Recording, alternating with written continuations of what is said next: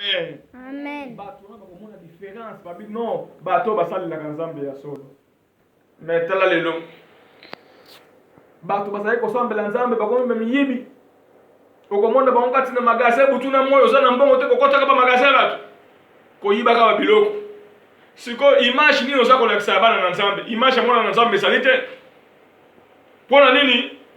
obosa na nzambe nzambe alobi soki bokotosa ngai bokobatela mibeko na ngai bokolia meilleure production ya mboka loba amen. Amen. Vous allez manger la meilleure production du pays.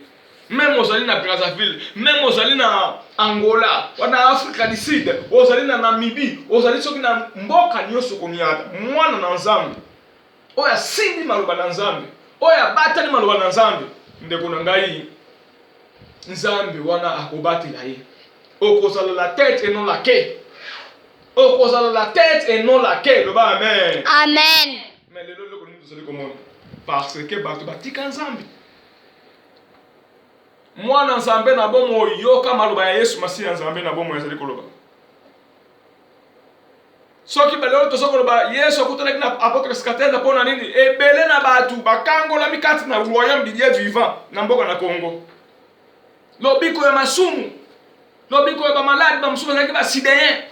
ba musuba zaki ba malade moko impossible ba lokwa makina ba famille Yesu akuta na apôtre Skatenda le 15 mars 23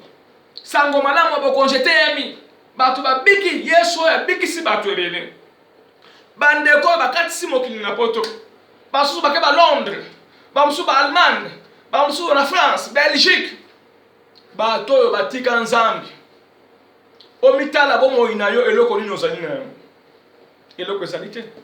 Deutéronome azali koloba nini tokotanga na Deutéronome chapitre 31 Deutéronome tokotanga na livre de Deutéronome 31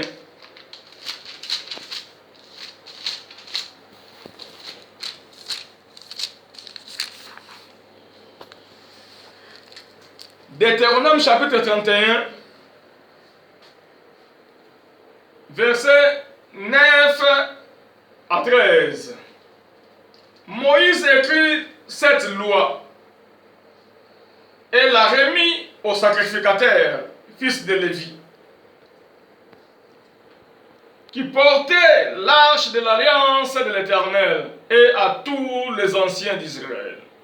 Moïse leur donna cet ordre au bout de cette année, à l'époque de l'année de la remise à la fête de Hut.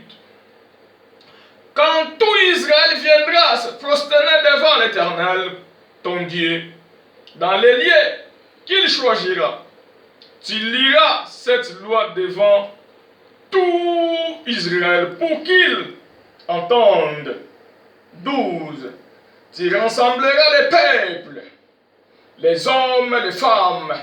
les enfants, l'immigrant qui résidera avec toi, afin qu'ils entendent et qu'ils apprennent à craindre l'Éternel votre Dieu, à observer, à mettre en pratique toutes les paroles de cette loi. Et leurs fils qui ne la connaîtront pas entendront et ils apprendront à craindre l'Éternel votre Dieu tout le temps que vous vivrez dans les territoires dont vous prendrez possession après avoir passé toujours. Moïse abi bokotanga ka makambo pona boyoka botia yango na pratique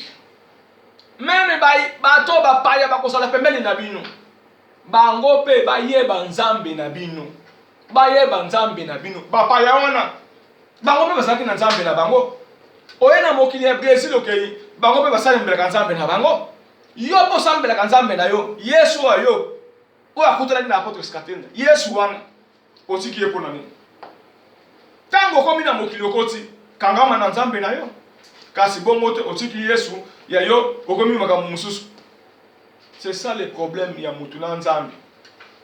Nzambe akosalaka na bikeko te nzambe asalaka na bato atalamisaki bamose ataki mibeko kati na bamose mpona bato bayoka yango dolenge moko nzambe na tango na biso ataki pe maloba ne kati na momo le Thomas Katenga di Jacques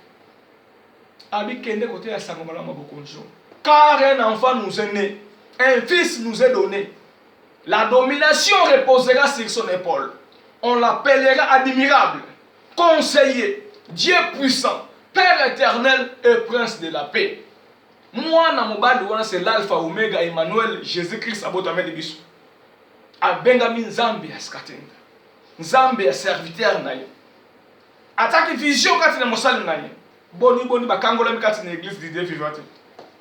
ebele babikisami na maladi ya somo